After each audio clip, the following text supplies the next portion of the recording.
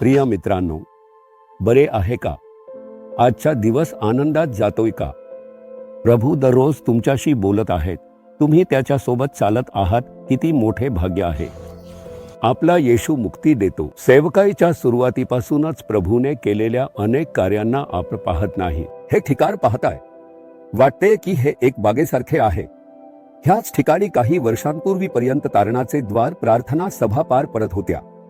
देवाच्या मंडपाची उभारणी ह्याच ठिकाणी तंबू लावून तारणाचे द्वार प्रार्थना सभा घेतली गेली. लक्षात असेल, हीच ती जागा आहे. आता त्या जागेवर एक सुंदर बाग तयार केली आहे, जी चांगले फळ देणाऱ्या फळझाडांनी भरलेली आहे.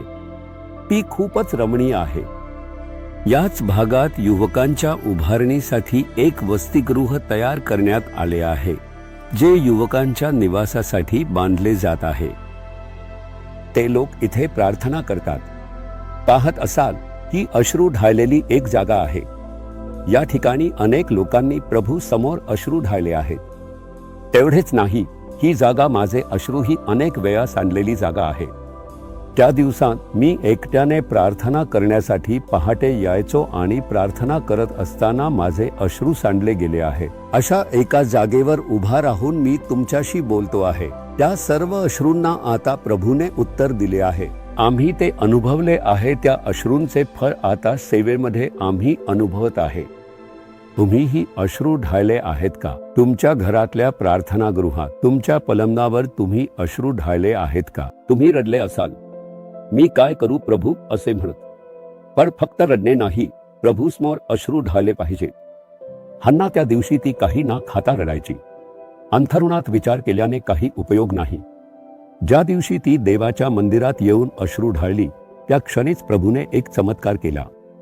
तुम्ही उगाचच रडून तुमचे अश्रू वाया घालवू नका. प्रभूच्या चरणांपाशी अश्रू सांडले पाहिजे. त्याचा परिणाम तुम्ही पाहाल. तो परिणाम आम्ही आज सेवेमध्ये पाहत आहोत. ठीक आहे, आज प्रभू मला काय वचन देत आहेत तुम्ही विचारत असाल. यशाया अध्याय 46च्या 4थ्या वचनात प्रभू म्हणतो, मी तुम्हास निर्माण केले आणि मी तुम्हास आधार देईल. मी वाहून तुमचे रक्षण करीन. आतापर्यंत मी तुला मार्गदर्शन केले आहे. आतापर्यंत मी तुला सुरक्षितपणे सांभाळून नेले आहे. पुढे याबद्दल तुला भीती वाटू नये. आर्थिक बाबतीत अडचणी येत असल्या तरीही, शेवटच्या काळातले संकटे सगळे येते. भूकंप, महामारी, दुष्काळ, खूप गोष्टींच्या बातम्या आपण ऐकतो. होणार आहे. शेवटचा काळ आहे. येशूने सांगितलेली चिन्हे तीव्रतेने घडत आहेत. प्रभूंचे आगमन जवळ आले आहे. असेच होणार आहे. पण या परिस्थितीत आपण कसे जगणार आहोत याची भीती वाटत असेल. प्रभू म्हणतात, आतापर्यंत मी तुला सुरक्षितपणे मार्गदर्शन केले. पुढेही मी तुला उचलून धरीन, तुझे ओझे वाहीन आणि तुला वाचवीन. 3 गोष्टी प्रभू सांगतात. उचलणे म्हणजे जसे आई आपल्या बाळाला उचलते किंवा वडील सुद्धा बाळाला हातात उचलतात, तसेच असते. ते उचलणे म्हणजे हातात धरून उचलणे. प्रभू म्हणतात, मी तुला हातात धरून उचलून घेईन. दुसरे म्हणजे वाहने. जसे आई बाळाला कमरेमध्ये घेऊन वाहते तसे. वडील बाळाला उचलून चालवतात, पण बाळ थोडा मोठा झाल्यावर खांद्यावर बसवून चालवतात. त्याप्रमाणे परमेश्वर आपल्याला चालवतो. आई कमरेवर बाळाला उचलतात, तसेच वडीलही उचलतात. पण आई आणि बापाच्या उचलण्यात फरक असतो. येशू ख्रिस्त आईसारखे वडिलांसारखे आहेत. परमेश्वर 2 प्रकारे उचलतात, जसे आई आणि बाप. तो म्हणतो, मी तुम्हाला उचलून वाहवेन. तुम्हाला पाय दुखत असताना बाप शांत बसत नाही, तो तुम्हाला उचलून खांद्यावर घेतात. चालताना पाय दुखतोय सांगितले तर ती लगेच आपल्याला उचलतात. उचलून घेणाऱ्या त्या प्रेमळ आईवडिलांमध्ये असे प्रेम असते, तेच आपल्याला उचलू शकतात. येशूही अगदी तसाच आहे. तुमच्यासाठी आई वडील म्हणून मीच आहे. मी तुला नेणार आहे, मीच तुला उचलून घेणार आहे. कशाला घाबरतोस? तू यामुळे विचलित होऊ नकोस. मी तुला उचलून घेईन आणि मी तुला वाचवीन. धोका येऊ दे, आर्थिक अडचणी येऊ देत, दुष्काळ येऊ दे, महामारी पसरू दे, पृथ्वी हादरू दे, समुद्र खवळू दे, मी तुला वाचवीन. कारण मीच तुझ्यासाठी जबाबदार आहे, असे परमेश्वर सांगत आहेत. त्यामुळे हे प्रश्नच नाही. जे काही घडणार आहे ते सगळे घडणारच आहे. ते नाकारता येणार नाही. पण घाबरू नका.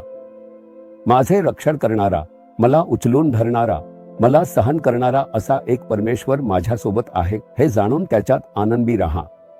तुमचा विश्वास त्याच्यावर ठेवा. प्रभू, तुम्ही मला उचलून धरणार, माझे ओझे वाहणार, मला वाचवणार, यावर मी विश्वास ठेवतो. शेवटपर्यंत तुम्ही मला वाचवत नेत राहाल. कोणतेही संकट मला स्पर्श करू शकणार नाही अशा विश्वासाची घोषणा करा आणि तुम्ही चमत्कार पाहाल. मग तुम्ही का घाबरावं? घाबरू नका. प्रभूकडे पहा आणि सांगा, प्रभू, तुम्ही मला उचलले आहे, माझा ओझे वाहिले आहे आणि मला वाचवले आहे. या क्षणापर्यंत तुम्ही मला मार्गदर्शन केले त्यासाठी धन्यवाद.